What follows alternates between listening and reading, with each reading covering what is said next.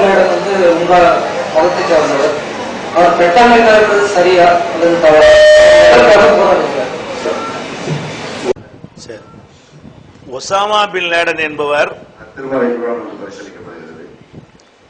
அந்த உலக வர்த்தக மையத்தையும் பெண்டகன் என்ற ராணுவ மையத்தையும் அவர் தாக்கியது சரியா? அவர் எதற்காக போராடுகிறார்னு கேட்கிறாங்க. உசாமா பின் லேடனை பொறுத்த வரைக்கும் அவரு பிறப்பால் அவர் ஒரு முஸ்லீம் தான், சவுதியை சேர்ந்த ஒரு முஸ்லீம் குடும்பத்தில் பிறந்தவர் தான். அவர் இஸ்லாம் சொல்லுகிற முறைப்படி இந்த நிலைப்பாட்டில் இருக்கிறாரா? இல்ல. அவர் தொழுகை நோன்பு அதுல வேண்டாம் அவர் முஸ்லீமாக இருக்கலாம். இப்படி செய்து கொண்டிருக்கிற இந்த மாதிரியான காரியங்கள் வந்து இஸ்லாமுக்கு உள்ளதா என்றால் நிச்சயமா கிடையாது.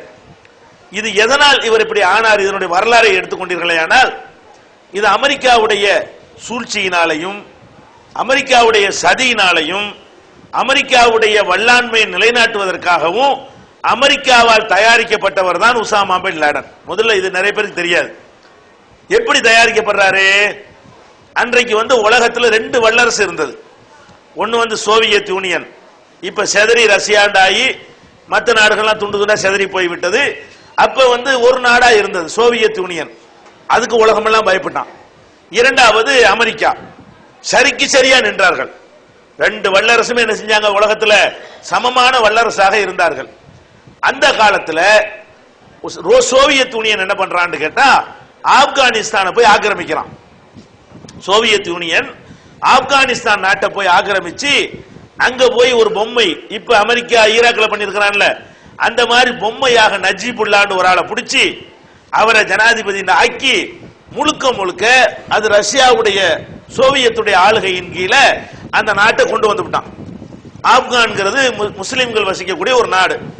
அப்ப என்ன செய்யற அமெரிக்காவுக்கு இது வந்து ஒரு பெரிய, என்னடா இது, ஒரு நாட்டை போய் அவன் தன் கையில் எடுத்துக்கொண்டானே, நமக்கு வந்து வியட்நாம்ல போய் இருந்தோம், நம்மள நிக்க முடியல, கௌதமாலாவோட அடிச்சு விட்டாங்க, இவன் போய் தாக்கு பிடிச்சு நிக்கிறானே அப்படின்னு சொல்லி என்ன பண்றான் அமெரிக்காக்காரன், அன்றைக்கு இருந்த அமெரிக்க அதிகார வர்க்கம் சிஐஏ போன்ற அமைப்புகள் என்ன பண்றாங்கன்னா இதுக்கு ஒருத்தன் கிடைப்பானா அப்படின்னு சொல்லி இந்த உசாமாவை தேடி பிடிக்கிறாங்க.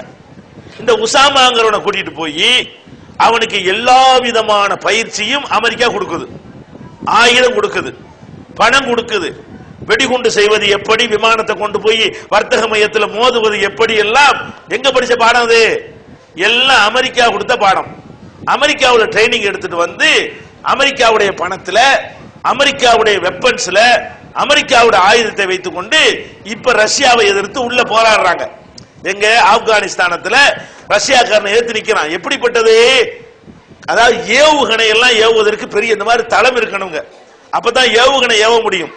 அன்றைக்கு அமெரிக்காக்காரன் ஒண்ணு கண்டுபிடிச்சிருந்தான், தோல்ல மாட்டிக்கிட்ட ஏவுகணை ஏவுறது, மினி ஏவுகணை, மைக்கு அளவு தான் இருக்கும், தோல்ல மாட்டிக்கிட்ட அமுக்குனா ஏவுகணை போய் என்ன செய்யும், அப்படி ஒண்ணு கண்டுபிடிச்சிருந்தான். அதுதான் அன்னைக்கு நவீன ஆயுதம். அந்த ஆயுதம் உசாமா கையில, அன்றைக்கு உள்ளதுல அதான் நவீன ஆயுதம். இப்பது வந்து பழைய ஆயுதம், அதெல்லாம் தாண்டி வந்துருச்சு டெக்னாலஜி. அப்ப அன்றைக்கு இருந்த ஆயுதத்துல பெரிய நவீன ஆயுதம் இருந்தவன இது ரஷ்யாக்காரனை எதிர்பார்க்காத ஒரு ஆயுதம்.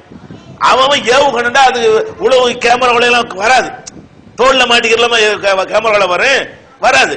இந்த பில்டிங் அளவு இருந்தா தான் ஒரு எரும மாட்ட அளவுக்கு கேமரால தெரியும், உளவு பார்க்கும் போல செயற்கைக்கோள்ல இருந்து. இப்ப தோல்ல மாட்டிக்கிட்டு தெரியுமா? ஏவுகணை இருக்கிற இடமும் தெரியல, அங்க இருந்து ரஷ்ய விமானம் போகுமா, தோல்ல மாட்டி அடிப்பா போய் விமானத்தை தகர்த்துரும் ஏவுகணை. இந்த மாதிரியான ஏவுகணையை வைத்து ரஷ்யாவுடைய படையை நிர்மூலமாக்குறாங்க. யாரு? ஒசாமா பின் லேடனுடைய ஆட்களும் அமெரிக்காவுடைய ஆயுதங்களும். அப்ப அதை உடைச்சு தள்ளி ரஷ்யாக்காரன் விட்டா போதும் நினைச்சிட்டான், ஓடி போயிட்டான். நஜிபுல்லாவை கொண்டாந்து நடு ரோட்ல விட்டு தூக்குல போட்டு இந்த துரோகிக்கு இதுதான் கெதின்னு சொல்லி அவன் பணத்தை அடக்காம 7 நாள் போட்டு வச்சிருந்தாங்க. இதெல்லாம் வரலாறு. அப்ப அமெரிக்கா உசாமா பின் லேடன் என்பவன் வந்து அவன் உண்டு வேலை உண்டு, அவன் ஒரு பில்டிங் கான்ட்ராக்டர், அவன் ஒரு ஆர்கிடெக்ட், இயல்புல அவன் பயங்கரவாதி கிடையாது, அவன் ஒரு கட்டிடக்கலை நிபுணர், அவ்வளவுதான். அவனுடைய குடும்பத்தார்கள் தான் இன்னைக்கு வந்து ஈரான் பிரிட்டன்லையும் அமெரிக்காவிலையும் நிறைய கட்டிடங்களை கட்டி ஏஜென்ட் எடுத்து செய்து கொண்டிருக்கிறார்கள், கான்ட்ராக்ட் எடுத்து. அப்படிப்பட்ட ஒரு பொறியாளர் குடும்பத்தில் உள்ளவன் தானே தவிர அவன் வந்து இயல்புலேயே ஒரு பயங்கரவாதி கிடையாது. அவனை ஆக்குனது யாரு? இவங்க தான். ஆக்கின உடனே இவங்க ஆட்சிக்கு இவங்க என்ன செஞ்சாங்க, அவனை விட்டு தாலிபான் படைகளை வைத்துக் கொண்டு ஆப்கானிஸ்தானை கைப்பற்றுறாங்க. ஆப்கானிஸ்தானை கைப்பற்றின பிறகு இவங்க என்ன விதைச்சாங்க? அமெரிக்காக்காரன் இஸ்லாமும் ஜிஹாத் தப்பு தப்பா சொல்லி கொடுத்தானா அது நல்லா மண்டையில் உட்கார்ந்துருச்சு இவனுக்கு. இவன் தானே சொன்னா அதை எதிர்க்கிற ஜிஹாத் புனித போரு இதான் உங்க மார்க்கத்தில் சொல்லப்படுதுன்னு சொல்லி அமெரிக்காக்காரன் இவனுக்கு இஸ்லாத்தை சொல்லி கொடுக்குறான். யாருக்கு? உசாமாவுக்கு. அந்த தவறான இஸ்லாம் அவன் மனசுல உட்கார்ந்துருச்சு.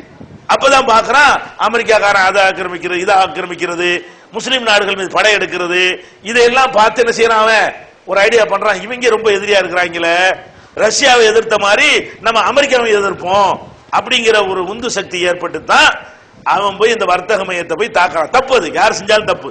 அப்பாவிகளை தாக்குவதற்கு, பொதுமக்களை தாக்குவதற்கு இவன மாதிரியான ஒரு குழுக்களுக்கெல்லாம் அதிகாரம் கிடையாது, செய்யக்கூடாது. அப்ப அது உசாமா பின் லாடனை உருவாக்கி விட்ட காரணத்தினால் உருவாக்கியவர்கள் அதனுடைய வினை விதைத்தவன் வினை அறுப்பான்னு சொல்லுவாங்க இல்லையா, வினை விதைச்சு வினை அறுத்தாங்களே தவிர இது அமெரிக்க தயாரிப்பு. இந்த ஜிஹாது புனித போர் என்பதெல்லாம் அமெரிக்காக்காரன் விதைத்து முஸ்லிம்களை இப்படி ஒரு கலர் கொடுப்பதற்காக செஞ்ச வேலை. அதுக்கு உசாமா மாதிரி சில ஆட்கள் பலியாகி விட்டார்கள். இன்னைக்கு மீள முடியாத நிலையில அதான் சரிங்கிற நிலைப்பாட்டில் இருந்து கொண்டு அதே மாதிரி காரியத்தை தொடர்ந்து கொண்டிருக்கிறார்கள். இதுக்கு இஸ்லாத்துக்கு சம்பந்தம் கிடையாது.